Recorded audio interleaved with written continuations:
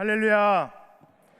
하나님의 임재가 가득한 우리 임마누엘 제단 위에 늘 그 자리를 지키며 찬양으로 영광 올려드리는 우리 IMC 워십 찬양팀과 오늘 좀 더 특별한 찬양으로 영광 올려드린 글로리아 찬양대의 찬양을 주님께서 기쁘게 받아주신 줄 믿습니다.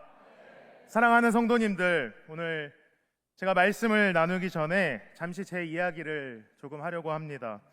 저는 어려서부터 감사와는 조금 먼 삶을 살았습니다. 큰 이모가 무당이었는데 부모님이 그 일을 참 많이 도와주셨습니다. 그래서 법당은 늘 저의 놀이터였고, 학교에서는 교회 다니는 친구들을 괴롭히는 못된 아이였습니다. 그런데 제 중1 때 하나님이 우리 부모님을 만나 주셨습니다. 그리고 저를 인격적으로 예수님께서 고등학교 3학년이 되는 그 봄방학에 만나 주셨습니다. 붙잡아 주셨습니다.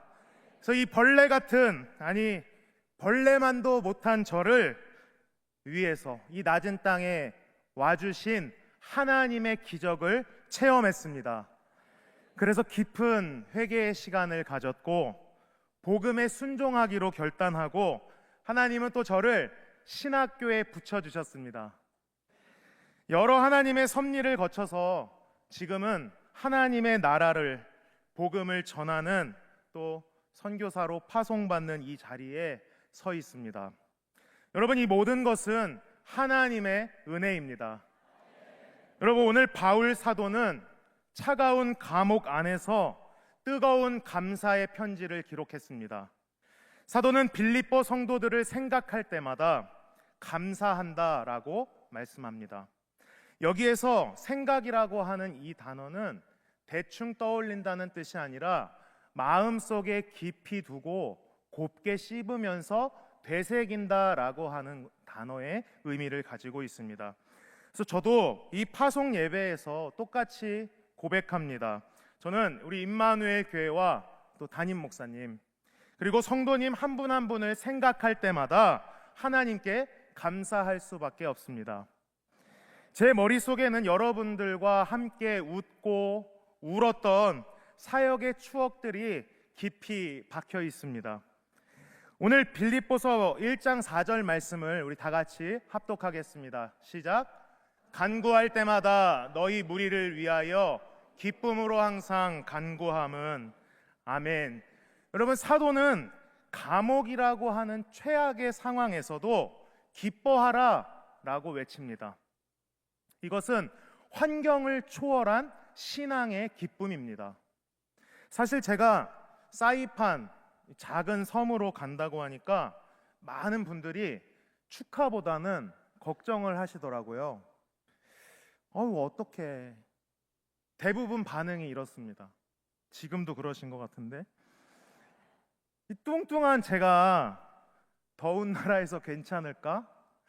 저도 걱정입니다. 근데 저와 제 가정을 너무나도 사랑해 주시는 우리 성도님들의 그 마음 진심으로 감사드립니다.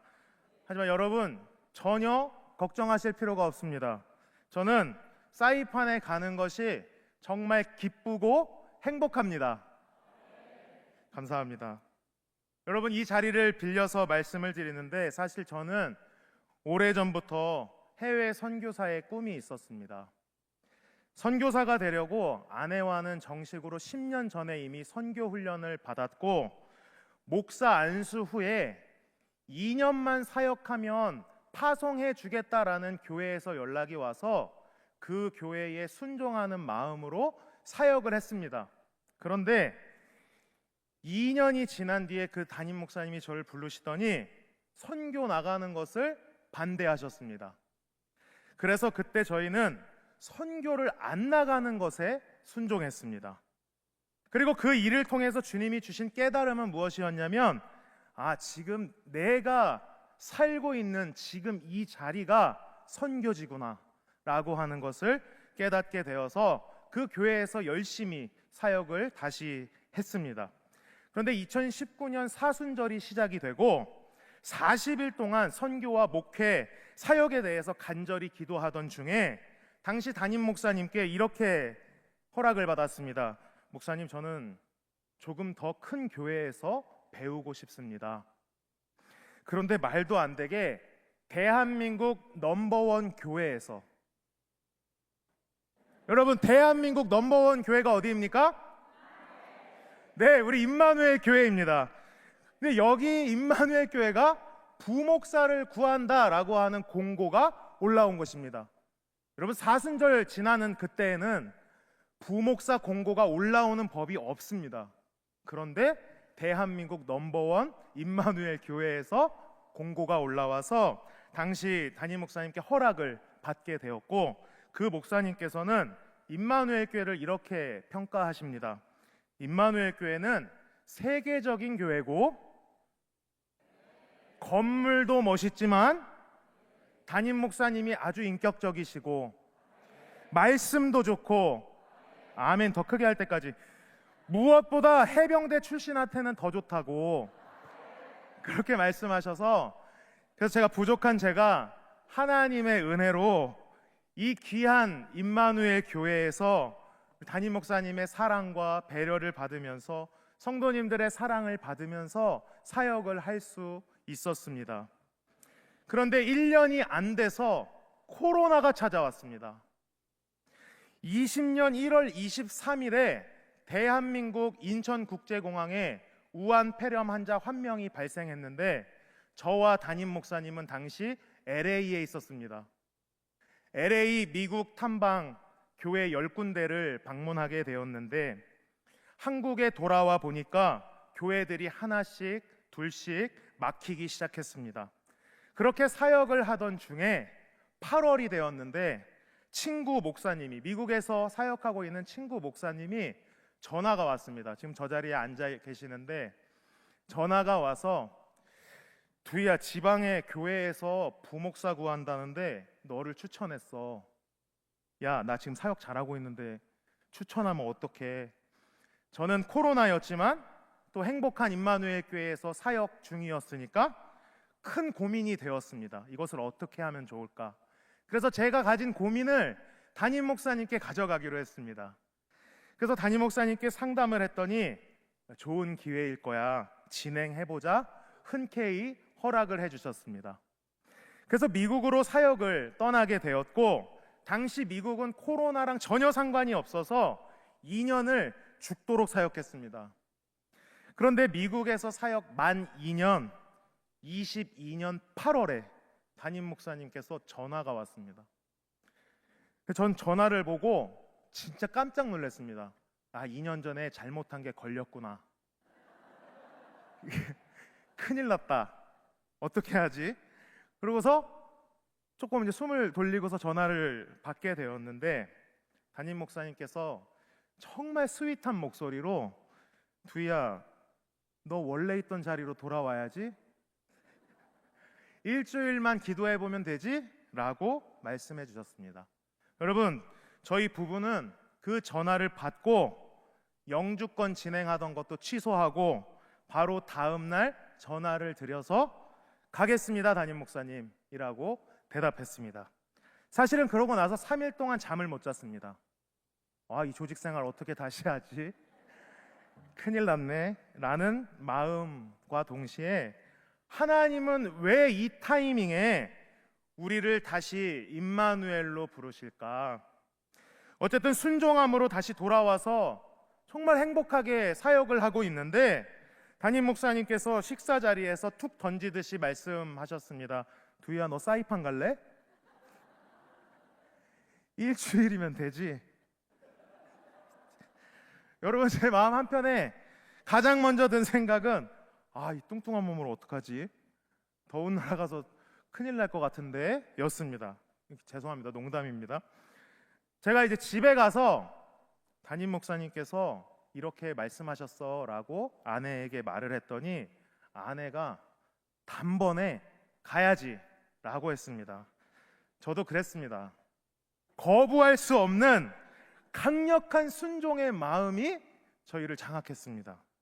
그래서 이번에도 일주일 안 채우고 다음 날 담임 목사님 사무실에 올라가서 보내주셔서 감사합니다, 가겠습니다 라고 말씀을 드렸습니다.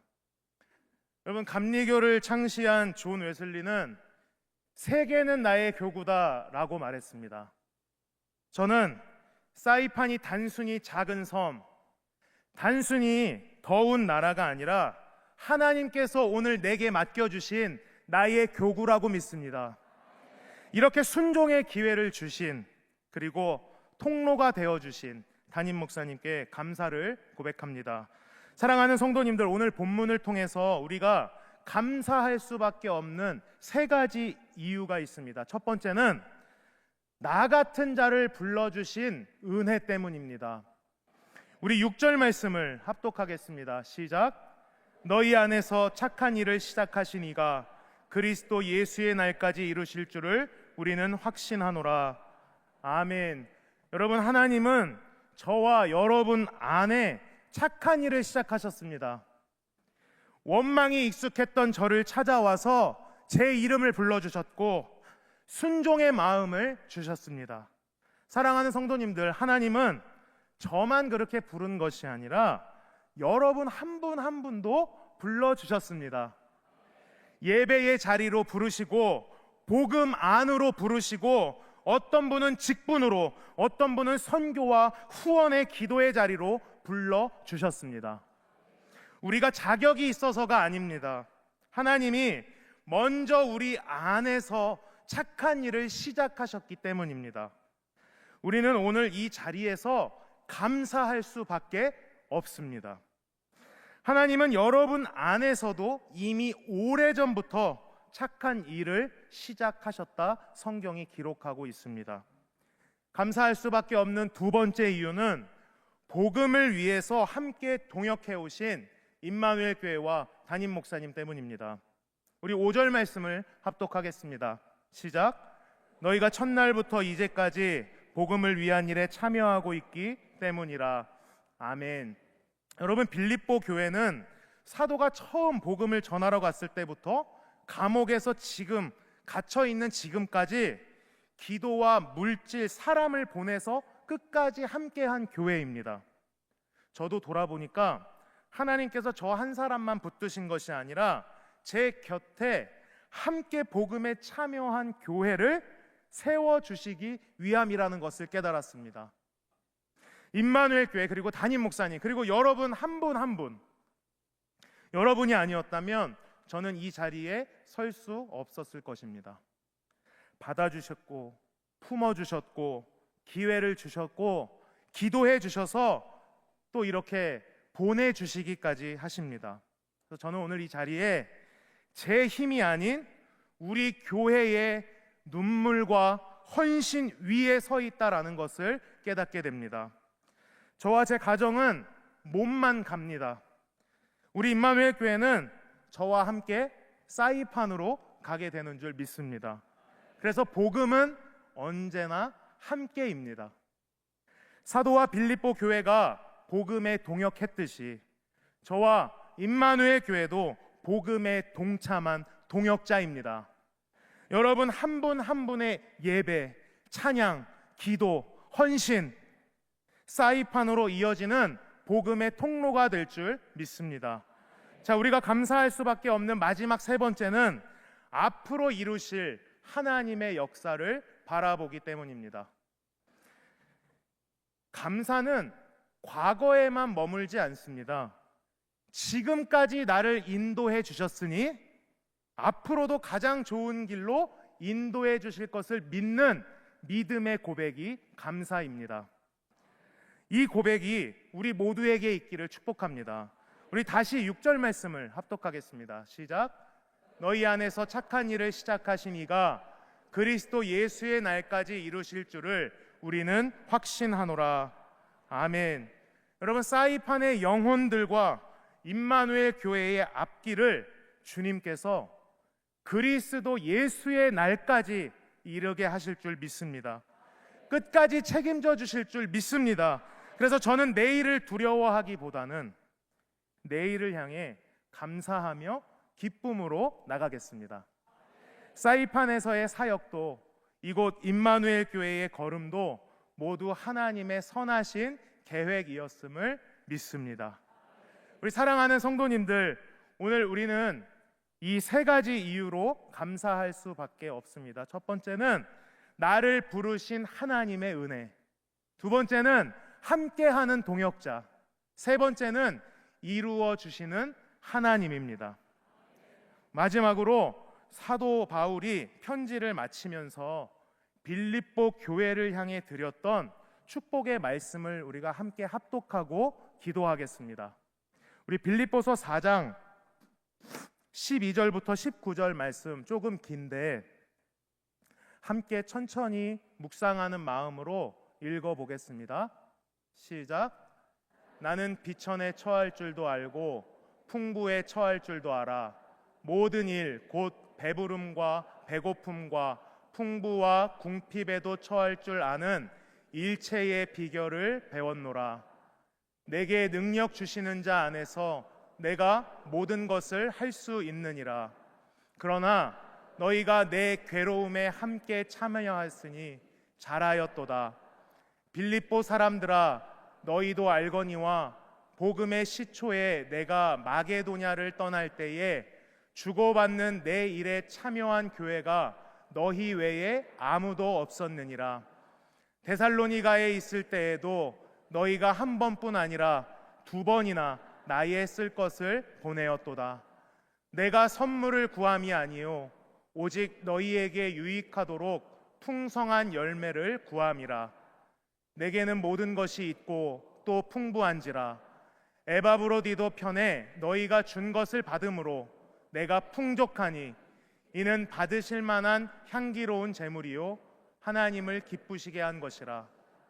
나의 하나님이 그리스도 예수 안에서 영광 가운데 그 풍성한 대로 너희 모든 쓸 것을 채우시리라. 아멘. 기도하겠습니다. 사랑의 하나님, 감사합니다. 우리의 모든 것을 계획하시고 섭리하시는 주님, 이 시간 임마누엘 재단에 모인 모든 동역자들에게 빌립보서처럼 감사와 기쁨의 은혜를 가득 채워 주시옵소서. 우리 모두 하나님의 선교의 도구로 부름을 받았사오니 사랑하며 믿으며 순종하며 섬길 수 있는 성령의 충만함을 허락하여 주시옵소서. 살아계신 예수 그리스도의 이름으로 기도드립니다. 아멘.